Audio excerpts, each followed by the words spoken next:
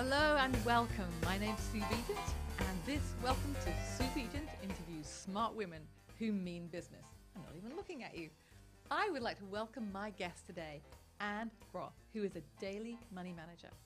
Now, we're going to start talking with Anne in a moment, but for a minute, I'd just like to take a moment to introduce myself if you've never met me before. My name's Sue Begent, and I am a business coach.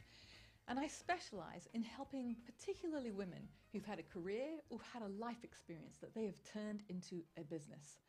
And I help them get focused. I help them to simplify, if you like.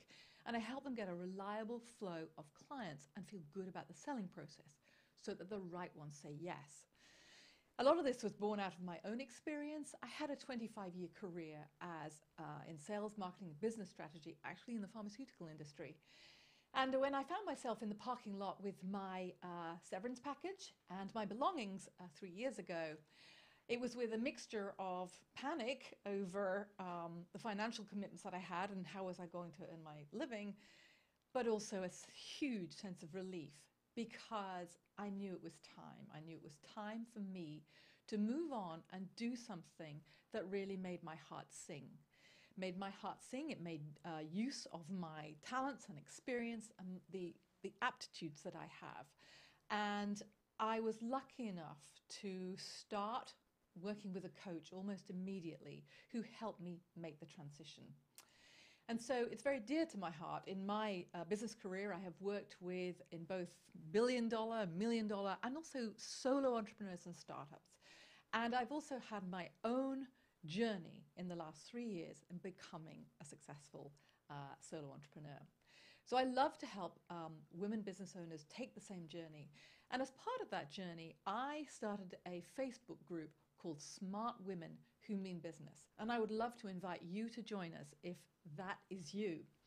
And this series of radio interviews came about because I wanted to interview the women who were in that group, because there are some remarkable women who have not only amazing value to bring to their customers, but they also have amazing stories of the journey that has taken them through life, that has given them the skills and has, I guess, allowed them to be in a place where they're ready to embrace the things that they love to do and to bring those to others. And that brings me to my guest today, who is Anne Groth, and she is a daily money manager. And so, Anne, having had the privilege of already talking to you, I would love it if you would share your journey as to how what brought you to doing what you do today. Sure. Well, hello, and thank you. I'm delighted to be here with you today. So I am relatively new to this business, which is daily money management. And I came here or got to this point in my life because I have an actual background in accounting and finance, and eventually wound up leaving the business to raise my family.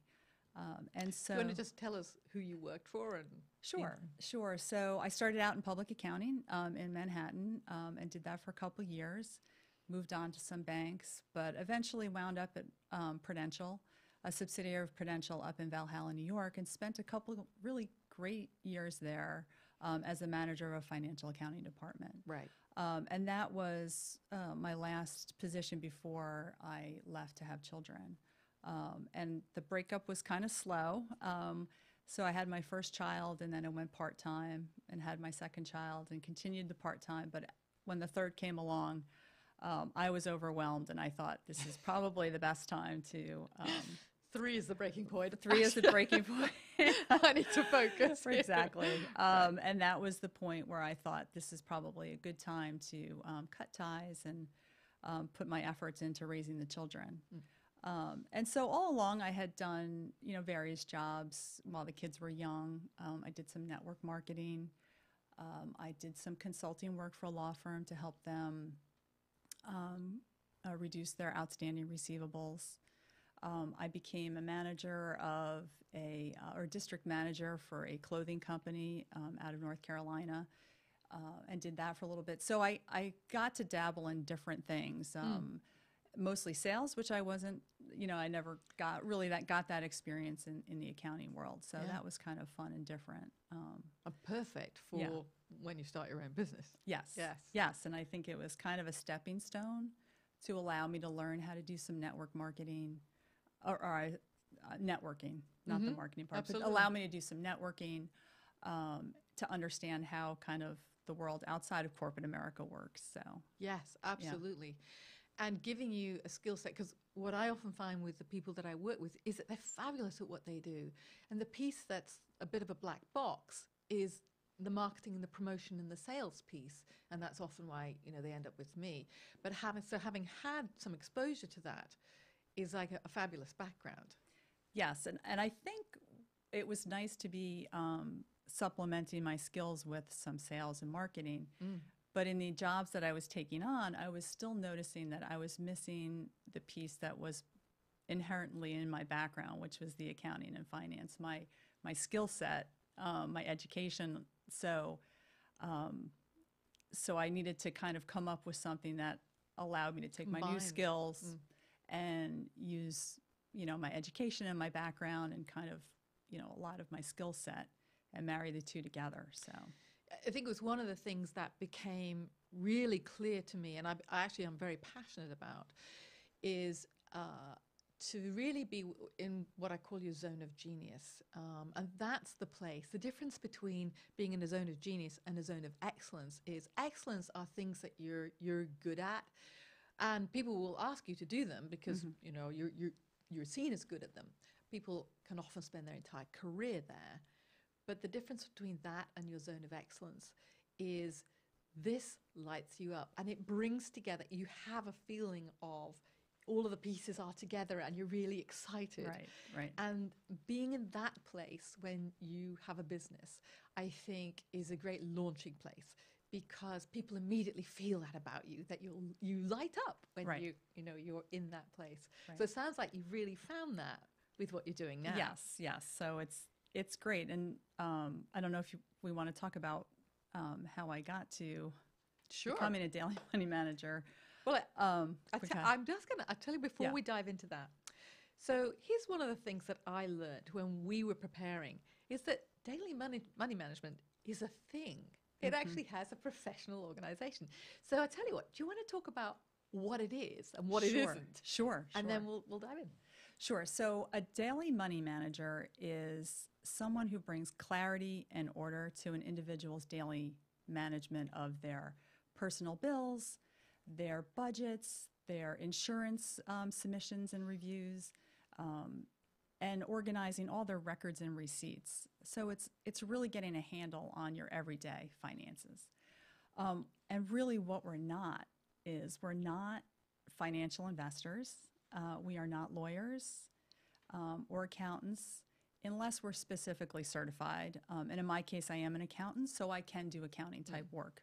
Right. But generally, we're not, in the industry, they're not necessarily certified, or lawyers or accountants or investment advisors. And we are not social workers. So we really work hand in hand, and we complement these other professions when dealing with an individual. So somebody's not replacing their annual visit to their accountant or their occasional conversation with their lawyer, but they actually have somebody holding their hand day to day with those types of things. And somebody who can actually help them have that conversation with their accountants or their lawyers. So we can actually help them because oftentimes the discussions are confusing or they go back with asking for follow-up work, and it often gets left on the table because the individual doesn't really understand what their certified advisor is asking them for, or their accountant's asking them for. So. Right. I have to say, before I was even in my corporate career, I actually was a nurse. And I'm wondering whether there's an analogy. I would be standing there as the nurse, the doctor would come along, he would talk to the patient, and then he would carry on and see the next patient, and the patient we'd just been talking to would say, "What did he say?" Right. And because it all happened fast, a lot of assumption that the patient understood as they were going along, maybe a few technical terms, and the patient is now lost. Exactly. And I can imagine exactly. that's probably similar. Yes, and so a lot of it is not having, being a little intimidated to ask the proper questions to the Yeah. lawyer or the accountant, or in your case, the doctor. Right. And so it's kind of nice to have that friendly person by your side that can reinterpret, explain further, talk a little bit. So that's a perfect analogy of, yes, Yeah. we're able to kind of break down the conversation to everyday terminology and explain what's actually going on or what's being requested. And or then needed. be there with them. I mean, Exactly. wow. I can think of times when I would have loved Yes. to have that service. And so you have a professional organization too. Do you want to talk a little Yes, about that? so the organization is called the American Association of Daily Money Managers. ADAM is how they refer to it for short. And it is kind of a guideline, a guide or governing body, if you will, that kind of sets, regulations. They'll run background checks on their members. They'll provide education and, support for, the professionals Yes. within the Do organization. they do like CEUs, like, the ongoing Yes. educational credits that make sure everybody's up to date as Yes, well? and they also do certification so you can become a professional money manager. So of daily money course, manager. we're hoping that if this is something appeals to you, that, Anne is with me right now. But if somebody was listening and say they were already thinking of working with somebody, they would check to see whether they are a member of this organization. Often they would. I mean, not everyone who is a daily money manager is a member of the association, but it does lend some credence to what you're doing. They understand that you've run a background, you've been through a background check. They do understand that you're, following the guidelines and, Right. regulations of being a member. And they also know that you have access to education through Yes. the program. So it is nice to know that your daily money manager is part of this association. Yes. Just that extra level of confidence. Exactly. Yeah. Exactly. So your personal story as to how you went from the background you've just described Right. to doing what you do now. Sure. So 13 years ago, my father passed away, and my mother was left in Florida on her own. And so there was a lot, of course, there's a grieving period, and all of a sudden you're isolated by yourself in Florida. My mother was isolated in Florida, and there was a lot, she knew she wanted to come north. She didn't want to be by herself anymore. So that started the process of kind of helping my mother with her financial needs now. She never dealt with the money and didn't really, she understood where her money was, but didn't know, what the next step was. So Yes. And also an awful lot of things happen when a spouse dies. All of a sudden there's an enormous amount of financial paperwork that is generated by the fact that right, there this- could be a things lot have of changed. right, and there could be a lot of medical bills to sort through. A lot of people come knocking on the door. Yes, and so it's and they're grieving, and then also it's nice to know if somebody passed on that you're on the right path. To talk to have someone to talk it through with. So we wound up moving my mother north, and for the next 13 years now, I've been helping her with her taxes, her administrative work, helping her get her wills and all her legal stuff in place. Dealing with whatever financial crisis comes to bear. And in the meantime, some of her friends started asking if, do you think your daughter could help me with my taxes? Or do you think your daughter could, maybe help me straighten out some bills that have gotten messed up because they were attached to a credit card that got stolen? Or Right. So the light bulb was, had already been going off that, there's a need for this. And then this kind of just confirmed that there are these, unfortunately, it's mostly women in their, older 70s that they're left on their own.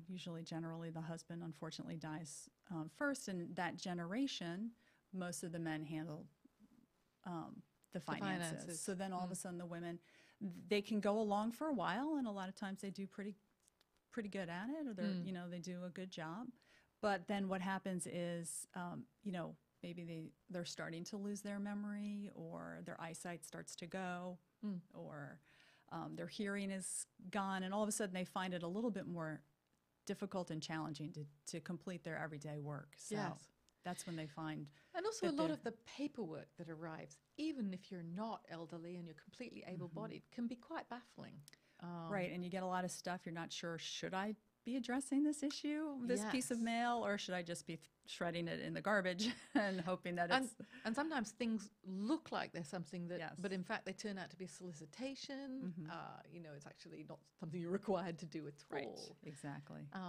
Yeah. And so that's when the light bulb went off, and I kind of kept it in the back of my mind, thinking, this would be a really good thing for me to do, because the help is rewarding. Helping them is very rewarding, because the relief that comes over them once the job is complete and they're back on track, it is very stressful for them. They really do worry about their finances. And it's using a skill set that we talked about that was in my background. So I kind of tucked it away, but then my youngest is going off to college next year, and I knew this was the time to really kind of start writing the next chapter of my life and getting this going. So, Yes. and that's really what brought me to becoming a daily money manager. So, Fantastic. yeah. Excellent. Yeah, I love it. And actually, it's interesting. I mean, one of the things that I did at the beginning of my journey into my own business, I'd actually worked in a very male-oriented environment. In fact, in my leadership team, I was the only woman. And so I did an awful lot of reading and understanding of the position that women are often in all sorts of aspects. I was looking at business, but actually one of the things that became very clear is that in terms of over a lifetime of financial management, we often are not nearly as oriented or well set up at any point in our lives. We're not focusing on starting out by putting aside money and actually being prepared. So I can imagine that it's not just women in their, at 70s and above, but it's actually a whole pile of other women too. Well, and it's not just women. Unfortunately, one of I think the big holes in our education system is the fact that we don't teach any type of finance, or if they do, it's unusual to teach any type of financial wherewithal in the school districts. And so people come out and say, gosh, what's the one thing I wish I had learned was, the simple things. How do I set up a bank account? What's a credit card? How do I get a mortgage? Basic things that every American, deals with, but they're not taught. But for some reason, we put the value on home ec or whatever it's called today. I don't know, making a cake or learning how to sew or wood shop. But we were never taught how to deal with budgeting, And also the impact of, you may not have a big salary, but if you put away a tiny amount today and you just consistently do that, right? The power of how it compound. compounds over time. Yeah, that's huge. And and the net worth of women over time, you don't have to dig very far for statistics that can show that men tend to be so much better at that than women, and but at saving. I totally and about this compound effect Oh. at the end of a working career. But yes, Yeah. absolutely, it's a life skill. Yes. And it's certainly something I wish that we shared the other day. Yeah. I certainly wish that I had been much more conscious. Yeah, I mean, I find that it's very hard, especially today with the worlds of social media and kind of the way everyone sees what everyone else is getting or buying, that it makes it that much tougher, I think. Consumer world. For people to understand that, if I save in my 20s, the benefit to me in my 60s is Enormous. Enormous. However, it's that far away, distant goal that's so hard for people to see. I mean, it's just not human nature, obviously. But So we're digressing a little bit. But an interesting conversation. Still on topic, though. But so I want to ask you now about we talked about how you got into this becoming a daily money manager, and we talked about your mom, and then that sort of expanding, and that natural growth, which really speaks to there's a need. So I know that you have a structured system that you use. Would you share that with us? Sure. Well, I guess when I try to explain what I do, the framework that I try to put it around it is I use the acronym CARE. So I like to care for my clients, and that really stands for coordinate, advocate, regulate, and educate. So that's kind of my framework. Those are kind of like the 4 pillars that I stand on. And then the specifics come underneath it. But so if you want, I can speak to each of those yes, that would be individually. great. So, absolutely. Because I think people will get a very clear idea of what's in each one of those. right. So we kind of talked on this earlier. So for coordination, or what I do to coordinate, is I will help people. I'll act as that liaison between their accountants and their financial advisors and their lawyers. So that's a pretty critical role, especially for people who, don't understand what the legal ramifications are of things, or what is the accountant actually telling me. And so that is, maybe you're not sure what paperwork the tax accountant's asking for, right, or what legal documents do I need in my life. And so these are kind of things that I can coordinate and talk to you about and help with. Yes. Sorry, I'm looking for my list. That's okay. And then the next is advocate. And so this is really important, and especially for seniors. I'm actually on their side. I'm somebody who can call up and work, if a bill is incorrect, I'll straighten it out for them. I'll speak to their creditors and figure out what's going on if there's an issue. I can help the person get comfortable with the pricing that they're getting from maybe a home improvement contractor that they've called in. Right. Unfortunately, there's a lot of unscrupulous people out there that prey on seniors. Yes. And so this is an area that is really important. And the other thing I want to add about advocate is the scams are legit. They're real. They're out there. They hit people all the time. And one of the things I can do is actually work to mitigate those, the risk of getting the phone calls, the mail, the solicitations for money. Yes. Because unfortunately, when the brain changes as we age, and we become much more vulnerable to people. And can become very reliant because we're unable to do a lot of things. I actually Yes. think of my aunt who, when she was very disabled, she actually gave her credit card to her regular taxi driver, and he emptied her account. Yes. Yeah. They trust people that work with them daily. Yes. And that's important too. I don't know if I don't think I brought this up earlier, but it is very important to have somebody who's caring either for your mother or your disabled person. The money side of things should always be separated from the physical care of the person. So if you have a care worker that's also helping them with their banking and their bill paying, that's really not the best scenario. They don't have the right professional operating in their field. Exactly. Right. They're there to be the caretaker. You need to get somebody else to come in and do the money side of things. Yes. And keeping it separate. So that's really important. So then the next thing is regulate. What I do is I help keep things operating properly. So I can do the normal bill paying, the monthly bill paying. I can supervise what's going on, do bank reconciliations. So somebody's actually tracking what's going in and coming out of their account, for exactly, instance, and paying attention to right, that. and I can pay attention to that.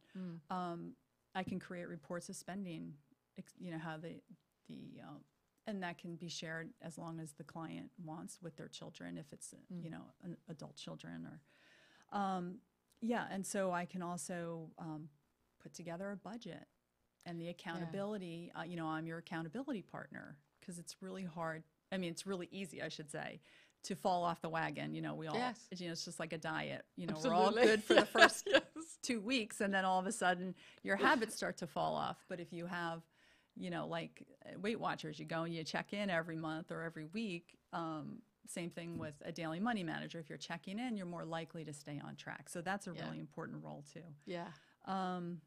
And so that's the regulation part of it. And then the last piece is educate. So we really empower people to take care of their own finances, to become their own managers, to explain things. And this is really great for this part of it if you're perhaps newly widowed or divorced and you've never dealt with any of this stuff before. Also, young people starting out in their careers. I thought we might dive into those in a moment. Okay. Yeah. And so those are, it's really great to just kind of to understand how to kind of get on the right track and explain some, financial terms to them. And then just put you on a sustainable path for managing your finances with a little bit of understanding mixed in. So, that's kind of the framework that I've. And so that can be actually just simply for the client themselves, or if maybe the children of the client, with the client's permission, you can actually work with all the parties. Exactly. Yeah.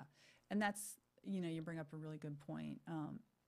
The client, my client is always the senior or the elderly person or the person who engages me. So I do, we operate like accountants and lawyers. I don't discuss your information with anyone unless you explicitly give me written permission to. Yeah. So even if your adult child is the one who asks me to come in, the client is the mom or dad and has to give permission. And they have to give permission. And I presume give all the information. Written, yes. And that's really important too, to establish that should the parent get sick or anything, it's really important that, those kind of things are set up because then the adult child can come in. So do you help them with, for instance, making sure that they have a will, that it's all very clear what happens? Is that something that you include in that? Of course. So you want to make sure that there's a will, power of attorney, a living will, all the things that they need in place should they, something happens. Something unfortunate happens. Absolutely. So then the next person can come in and pick up without pulling their hair out and trying, they're concerned and worried about their parent. The last thing they want to do is be worrying about, oh my gosh, how do I find this? And how am I supposed to get this straightened out? I feel powerless right now. Exactly. In a situation that's already stressful. Right. Yeah. Right. So yeah. That's a good point. Excellent. I can imagine that you're going to get some calls here because this is really an area, I think a growing area, as more of the population are aging, and more of these problems are actually sort of coming to be. And more of us are heading that direction. Right. Yeah. Either as children or as parents. Yeah. And that's what I love about, I appreciate the opportunity to have this discussion because the profession is really not known very well. So when I tell people I'm a daily money manager, they don't understand what I'm saying. So I have to sit, of course, explain what I've explained so far, and tell them I'm not an investment advisor. I help with everyday work. And I read an article a while back, and they described the daily money manager as the most important job you've never heard of. So for today, and I think it says a lot because what that's saying is, we do have an aging population. We do have people who really need this service, but it's not well known. Yes. So, and it's not in everybody's best interest that you're a secret. Exactly. True. Yes. Very true. So a moment ago, you started to touch on other people who also can be probably in that time of a time of transition is usually when people find themselves taking action to address a need. And so we talked a moment ago about maybe recently divorced or maybe recently widowed women, and I don't know if you wanna... Sure. So of course the elder population is a huge part of our clientele, right? But the other people we reach would also be, maybe someone who is disabled and they're bedridden or they're struggling with an illness, maybe short term, I hope, or they're recovering from cancer, they're just overwhelmed with dealing with recovery. And then what happens is they see a pile of growing medical bills in the corner of their office or their kitchen piling up. Their house bills aren't getting paid. And so they're feeling very frustrated, concerned, stressed, but their focus has to be on recovery. So a lot of times, we can come in short term and help the person who is dealing with an illness or, short term, a disability or whatever it is that's preventing them from getting their work done until they're back on their feet. Their feet. Yeah. Or they have adjusted to their new reality and things start to settle down and they have things under control. Exactly. It's sort of interesting. It brings to mind, actually, it's actually a neighbor of mine whose husband became very sick and he unfortunately ultimately passed. But his wife was overwhelmed in that process. And certainly that's, I can imagine that would have been a situation where you could have come in behind the scenes and helped her. Right. Because they were both dealing with both the illness and the implications of the illness and finding their own way through. And also I can imagine that, if you're working for yourself, and so if you're not working, your income's not coming in, but the bills are coming in, I can imagine that getting to a point where you simply don't want to open them because you just don't know what you're going to do. It's like sticking your head in the sand. Yes, and there are solutions, but Right. Somebody like you would really come in and say, let's clear away the fear. Right. Because once the fear is out of the way, you can start saying, well, this is actually where we are. Right. Now let's deal with what's really true. With the new reality that we're, Yes. and and those are the situations that daily money managers face all the time. Is somebody who's grieving, and concerned about, you could be divorced too, and all of a sudden, oh my gosh, how am I gonna live? I wasn't the moneymaker. What's my budget gonna look like? How do I? I was always going to live in this house, and I didn't have to worry about it. Right. How do I even sell this house? What do I do? How do I, find something? How do I know if the next thing I buy is in my price range? How do I even go about any of this? And so there's a lot of angst and worry and confusion, and so a daily money manager can, shed some light around that situation. Absolutely.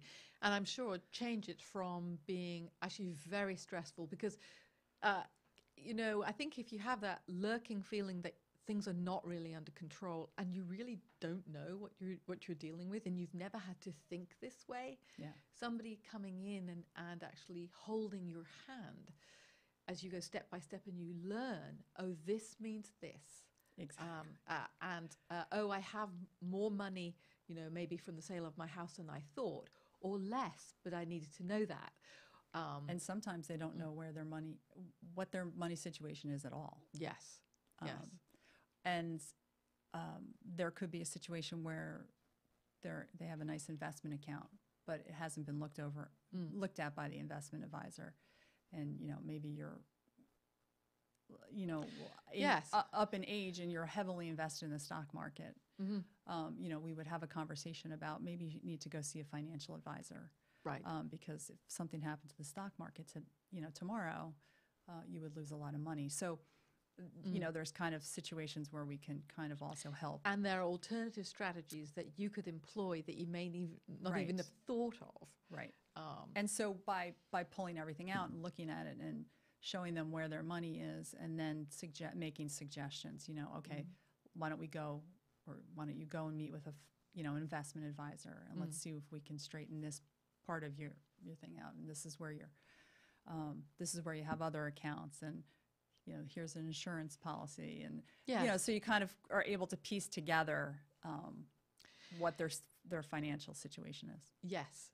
And I think what's also huge here, and this is something that I see in business, in helping people start and grow businesses, that you need the right person who can actually, first of all, you feel comfortable enough to be honest and vulnerable. Mm-hmm.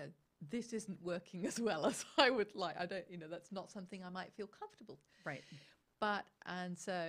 You're tremendously personable, and having somebody like yourself can get you out of the almost that doctor situation where you might be consulting the right professional, but you're not walking away with the right insights. Right.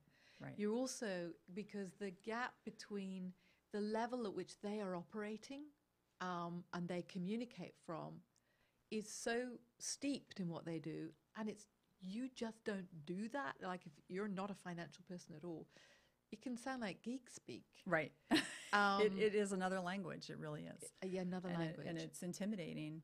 And Until sometimes you don't even know what question you're supposed to be asking. Yes. So the conversation will go so beyond your comprehension that you're just sit and listen, and you walk away like, was I supposed to know what they just said to me? Right. So I know another group that you are passionate about are the young folks who they've gone to college, they have a major loan, but they also have life goals. So talk to me a little bit about that group. So this is when you want to get them when they're young and try to put them on the right path to financial wealth, because they're making a lot of money, and unfortunately they are saddled with debt. Most of the kids that come out of school, so they have money, but they have a lot of loans, and then you have to figure out, how am I supposed to work with this paycheck to achieve my goals and pay off this debt? And so, and that's really important today because I know that it's without any names at all, you had told me about a client who came in with some life goals, but also debt. Maybe you could tell us a little bit. So and this is not unusual. There may be a great profession. Maybe they're starting out as a consultant or in the medical fields, but their medical bills are excruciating. Their college tuition bills, tuition, their loans are crippling, and but they want to get married, they want to own a home, and so where do I go? Where do I start first? Do I save? Do I pay off my debt? How do I get married? A little bit like the diet analogy. It is only when you really start paying attention and writing down where all of this stuff goes, so that you get the ahas. Exactly. It's being very intentional with your money and understanding that I can direct money in the, money is fluid. It's, it moves. That's why they call it currency. So you want to take it and move it in the direction that you want it to go. So, sitting down and talking about their goals and how they want to achieve and how long, and, what their priorities are. Everyone's priorities are different. But to me, the most important part is getting that debt down. And so I would, generally try to work with them on figuring that out before we go too far into more debt, like buying a home. Yes. Or, yes, my goodness. Yeah. I often, one of the challenges that some of my clients experience is they're just overwhelmed, and there's not enough time in the day to do everything that they know they need to do in their business. And I often start with them by I have them do what I call the equivalent of writing down everything that you eat, but actually you write down everything you do in your waking hours for a week, and sometimes 2 weeks. And I'm sure just the same way, there are some huge ahas about where I'm leaking my time. Yes. And I hate to say it, as somebody who runs a lot of their business on Facebook can suck, or social media can suck an enormous amount of time that, if it's redirected, can be very productive in your business and start to give you non-work time back, so that you can have the relaxation that you need in order to be effective when you're at work. Right. And I'm sure some of the same principles apply here. Absolutely. So a lot of times it's just kind of opening your eyes to where your money is going. So for instance, if you go out and you spend $75, at dinner Friday night, and that's probably on the low side today, right? $75 Friday night, $75 Saturday night, that's $150 on the weekend. Yeah. That's $600 a month. Multiply that by 12 months, and all of a sudden you're thousands of dollars later, you realize, oh my gosh, I have a lot of debt. Should I really be spending, I could funnel $2,000 of Right. that and go out for $50 Right. and pay, And pay then a chunk off. exactly. Yes. So it's kind of eye-opening when you put the numbers together in aggregate, as to what the amount is, or I should say annually. If you look at it annually, it's kind of eye-opening, and it's changing those habits a little bit that allows you to be intentional. Yes. Like I said before, be intentional with your money, and there is always time for that. Maybe it's not when you're young to spend, get yourself on the road to wealth, and then it's not always, it's not Yes, forever you don't have that to- you're not allowed to yeah, go out right, to eat dinner. yes. And a lot of times it could be simple as not getting 2 Starbucks a day, get 1 Starbucks a day, Right. and you realize when you look at it over time how much money that actually saves you. Yes. I must say, So- one of the things I wish somebody had shown me when I was that age is the compounding effect of money. That it pointed out to me, if I'd only just put like $100 a month away, or even, Yes. $50 a month, what that would have meant to me, in 20, 30, 40 years' time, and had me even thinking about that. Right, and And the government kind of spurs you on for that. They give you those nice tax breaks for the young. Oh, do they? Yeah, sure. The Roth IRAs, and it helps kind of spur you on. You get a little benefit in your tax, and then you're saving $2,000 a year. If you do that in your 20s, I don't have the numbers on me, but when you retire at 65, the numbers are staggering. The impact is huge. More than you would imagine. Yes. So Yeah, absolutely. Oh, Yeah. my goodness.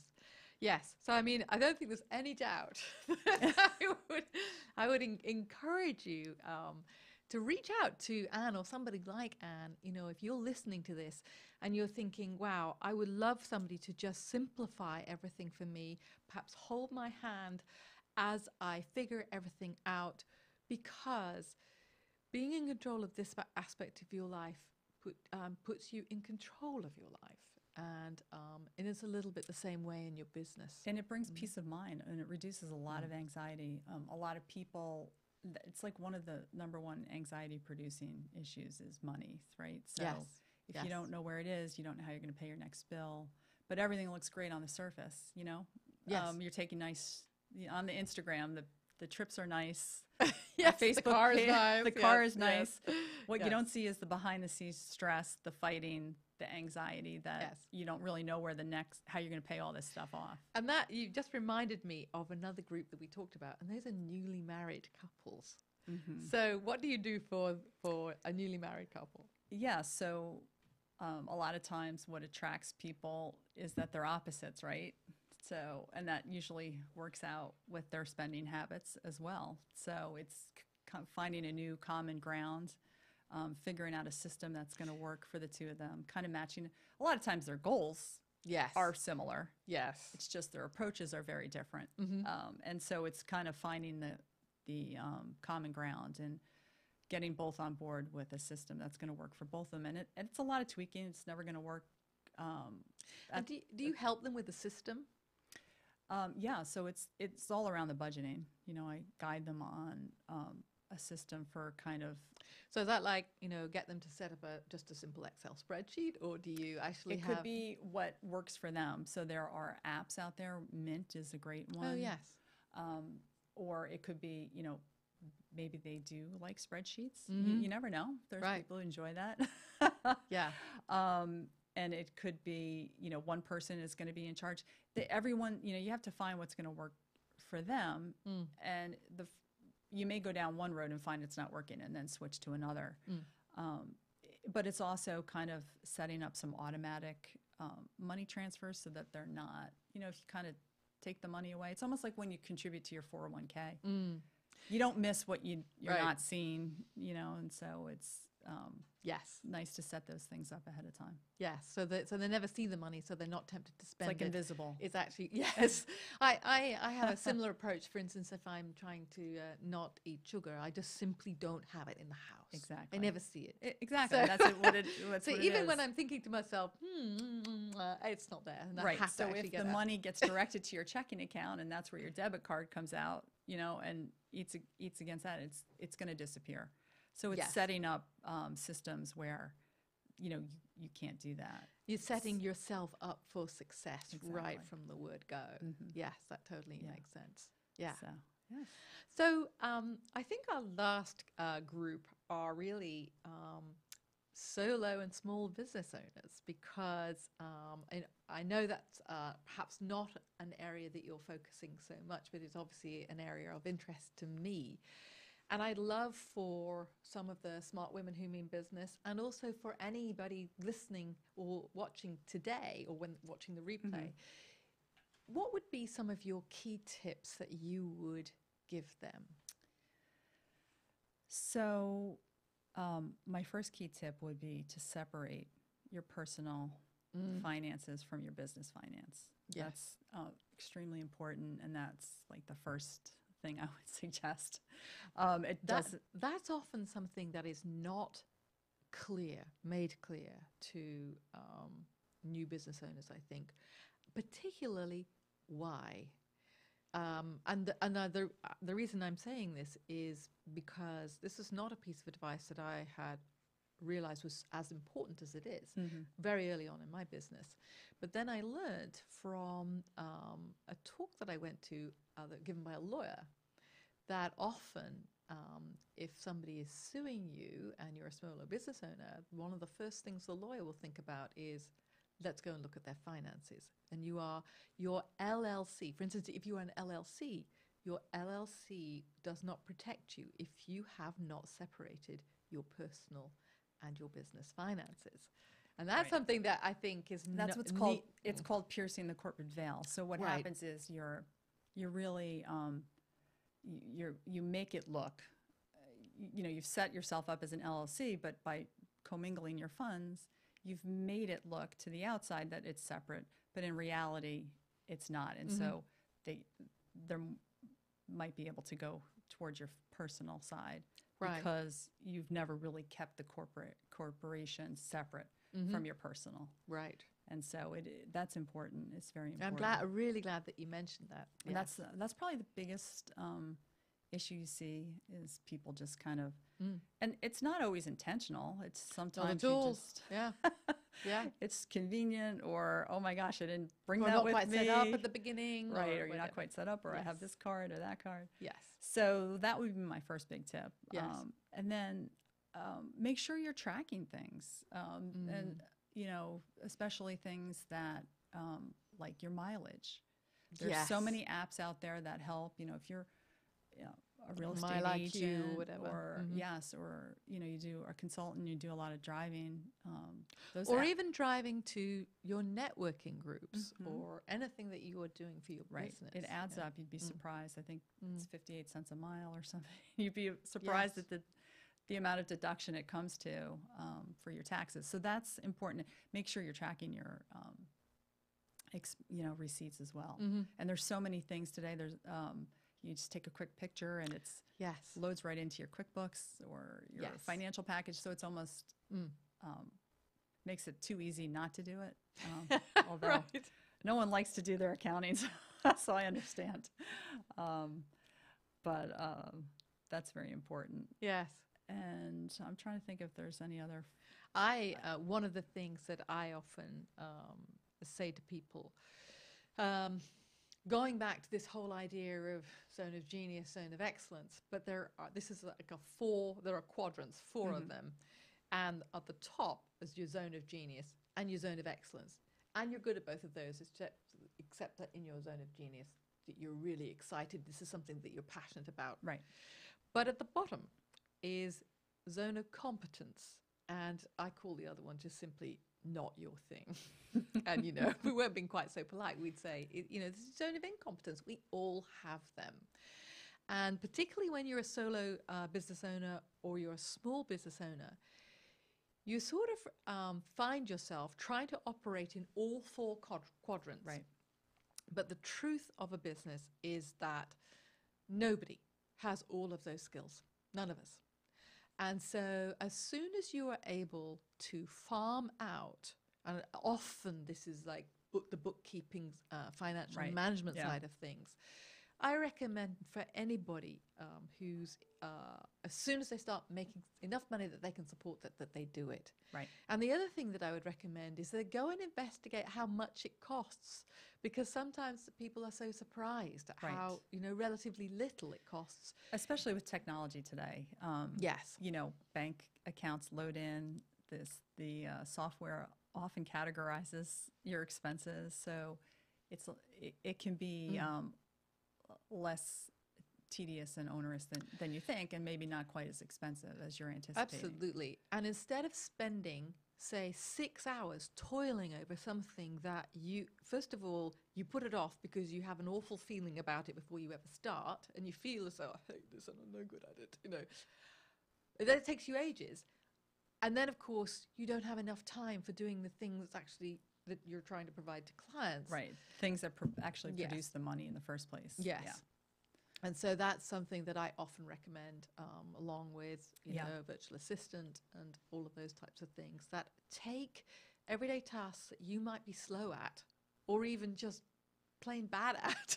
Yeah, I mean, unless you're an accountant or a tax advisor, most people don't go into business for themselves No. to do their to do Absolutely. their books. No, absolutely It's because not. they have a I will passion. totally, right. They have a exactly. passion for something.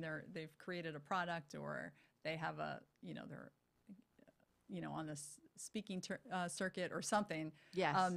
But they're generally not passionate about doing accounting. So And they're also desperately working on getting the traction, getting known, getting actually a Right. flow of clients through the door, and and for most people, learning to sell as well, because I think it's fantastic that you've had some experience Right. doing that. Yeah, it It's is huge. it's the necessary evil in your business that you have to kind of conquer the accounting side And of it. that's so interesting that I think most of us think of it as a necessary evil.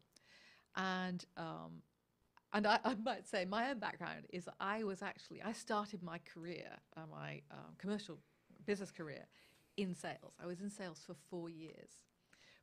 And that was way easier because I was hiding behind a corporation. It wasn't really me, Right. And actually, I was lucky enough in those days to be selling something. Well, just to be really honest, I used to be an oncology nurse. I actually was selling antiemetics, things that stop people being nauseous and sick, Okay. for patients going through chemotherapy. And actually, that helped me enormously because I was without doubt the difference it made. Right. But, they sent us to sales school. I learned all the tips and the tricks and Right. everything, and I had to trial closes and all these things that I had to learn. And yet, when it came to starting my business, the idea of selling, I Right. just shrank away from it because I think anybody who ever tries to sell thinks of all the really bad experiences they've had Yes. being sold to. And they Like do, the furniture salesman that comes in the door when you walk in the door. Yes, absolutely. And I think that somebody once gave me this great visual that really stuck with me. And, there's either the person who's leaning forward, hi, would you like to buy so-and-so? We have a special, and they're following you around the store or whatever, and you're like, just Yeah. wishing that they would go away. But the opposite of that is leaning too far back, Right. which is you're so not wanting to sell. I shouldn't get too far away from Right. the microphone here, that you are not selling and you're not making invitations for people to Right. take advantage of what you have to offer. Right. And so the real place that you need to be is in that centered place, which is, and actually, for me, the tipping point when I started to become more comfortable with selling was when I realized that if I focused on what the person in front of me might be feeling what would really make a difference for them, and if I focused on helping them uncover that made all the difference in the world. Right. Because then Right. it's about what they need. Right. Because if you think about it, feeling uncomfortable about selling a service that helps somebody who is so vulnerable and hasn't a clue and doesn't know where to turn with their finances at a very difficult time in their life. And they would make a great client, and that and they walk away not clear about whether you could help them. Right. And you walk away thinking, I could so help that Right. person. And that's like, why? That's Yeah. you'll both have lost out then. Yes. Yes. And of so course. I think I mean, there's a whole sort of, I have a whole sort of process behind that, but I do think this is so important that we get over this feeling around selling. And it's as our belief in ourselves and we know the difference that we make, and also the client centricity. The real clincher that made a difference for me was when I heard a coach that I was working with say, the definition of success in a sales conversation is that you are both clear whether this would have been great or not. Right. It's not so that, if your definition of success is you walk away and we're really clear, this wasn't a great fit. Everybody's clear. That's a place of comfort. Mm-hmm. When you're still not sure is uncomfortable. So instead of going into a sale thinking, I've got to get this sale, that creates the pushy and then the self-correction of the not being engaged enough. Yes. It's like, let's get clear. Let's have a great conversation and get clear about whether this is the right thing for us or not. Is this going to work out? So, yeah, and I would hate for your clients to walk away with that, because it's been a real pleasure talking with you today. Thank you so much for sharing your expertise and for really unpacking what a daily money manager is. And I hope that this has encouraged any of you who are watching or listening to really investigate this if you are in one of those groups, whether you are somebody who finds yourself suddenly without the partner who used to do all of the finances, or you're actually starting out on a new relationship and a new financial journey with somebody else, or you're just, you want to help your child get over their student loans and get a really great start in life. So thank you so much. Thank you so much for having me. It's such a pleasure. It's been a pleasure. Just a quick highlight. My guest next week will be Erica Neville, who is a novelist. She's not a novelist. She's an author, I'm sure. But she's going to talk about her new book. She's also a teacher. She's actually focusing on a wellness center, and she's also a healer. So I encourage you to tune in and listen up. And thank you so much. Thanks for having me. And see you later.